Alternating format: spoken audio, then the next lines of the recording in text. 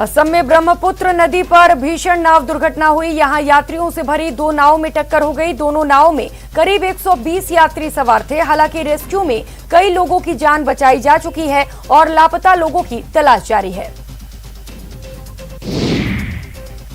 प्रधानमंत्री नरेंद्र मोदी ने ब्रह्मपुत्र नदी में हादसे को लेकर दुख जताया। उन्होंने कहा कि सभी यात्रियों को बचाने के लिए सभी प्रयास किए जा रहे हैं।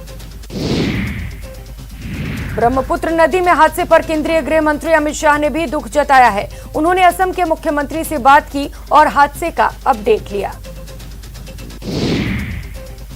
प्रधानमंत्री नरेंद्र मोदी कल को 5 देशों के समूह ब्रिक्स के सालाना शिखर सम्मेलन की अध्यक्षता करेंगे। डिजिटल तरीके से आयोजित होने वाली इस बैठक में अफगानिस्तान की स्थिति पर व्यापक रूप से चर्चा होने की उम्मीद है। केंद्रीय कैबिनेट ने कपड़ा उद्योग के लिए PLI स्कीम को मंजूरी दे दी है। सरकार 5 साल तक 10,693 करोड़ रुपए का पैकेज देगी। केंद्रीय कैबिनेट ने रबी के फसलों के लिए MSP बढ़ाया है। गेहूं के लिए 40 रुपए प्रति क्विंटल, चना 130 रुपए प्रति क्विंटल MSP बढ़ाया गया है। तो वहीं मसूर, सरसों और MSP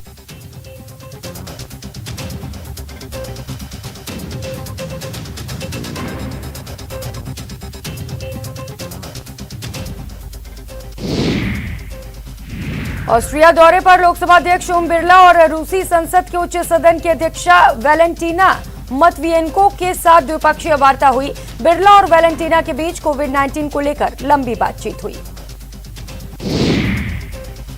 करनाल में बुधवार को किसान संगठनों और प्रशासन के बीच फिर बातचीत हुई, लेकिन वार्ता एक बार फिर विफल रही। वहीं किसानों ने मिनी सचिवालय के बाहर प्रदर्शन जारी रखने का फैसला किया। जम्मू कश्मीर के पूर्व मुख्यमंत्री और नेशनल कॉन्फ्रेंस के प्रमुख फारूक अब्दुल्ला ने अफगानिस्तान में बनी तालिबान की सरकार को लेकर बयान दिया। फारूक अब्दुल्ला का कहना है कि उन्हें उम्मीद है कि तालिबान अफगानिस्तान में अच्छा शासन देगा।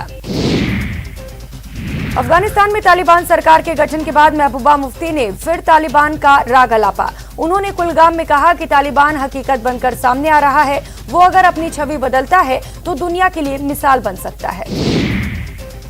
यूपी चुनाव में मुस्लिमों को लुभाने की कोशिश में लगे असदुद्दीन ओवैसी ने बड़ा बयान दिया।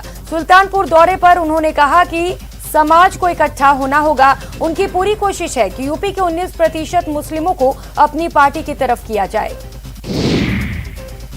बीजेपी के 5 राज्यों में चुनाव को लेकर प्रभारियों की सूची जारी हो चुकी है। धर्मेंद्र प्रधान को यूपी का चुनाव प्रभारी बनाया गया। बीजेपी ने गजेंद्र सिंह को पंजाब का प्रभारी बनाया है।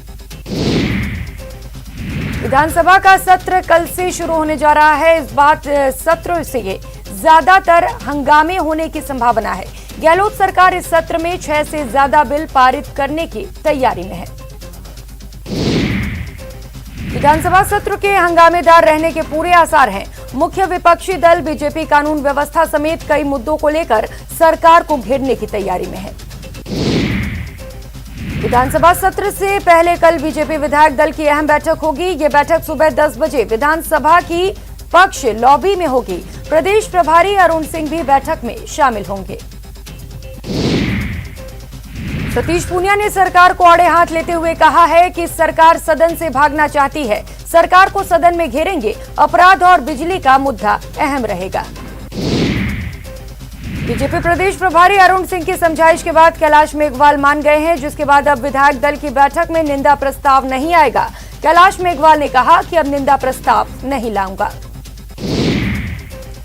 चिकित्सा मंत्री डॉक्टर रघु शर्मा ने सवाई मानसिंह अस्पताल के कॉम्प्रिहेंसिव स्ट्रोक केयर सेंटर का उद्घाटन किया। इस मौके पर उन्होंने कहा कि कॉम्प्रिहेंसिव स्ट्रोक केयर सेंटर से मरीजों को काफी लाभ मिलेगा।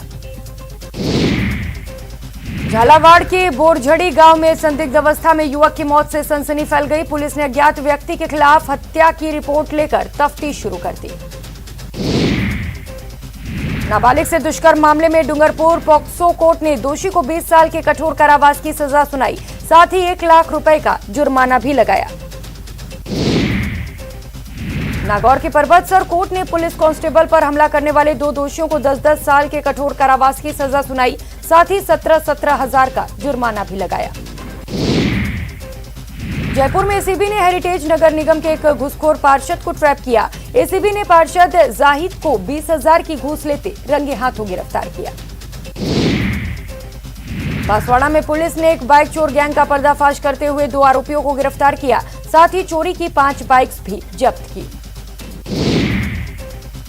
भारत बायोटेक की नेजल कोरोना वैक्सीन का क्लिनिकल ट्रायल दिल्ली के एम्स अस्पताल में होगा। इस क्लिनिकल ट्रायल को करने के लिए एम्स एथिक्स कमेटी के पास अप्रूवल के लिए भेज दिया गया है। दिल्ली में टोक्यो पैरालंपिक खिलाड़ियों के सम्मान में समारोह आयोजित किया गया। इस मौके पर पदक जीतने वाले खिलाड़ियों को सम्मानित किया गया। और आगे बढ़ेंगे, असम में ब्रह्मपुत्र नदी पर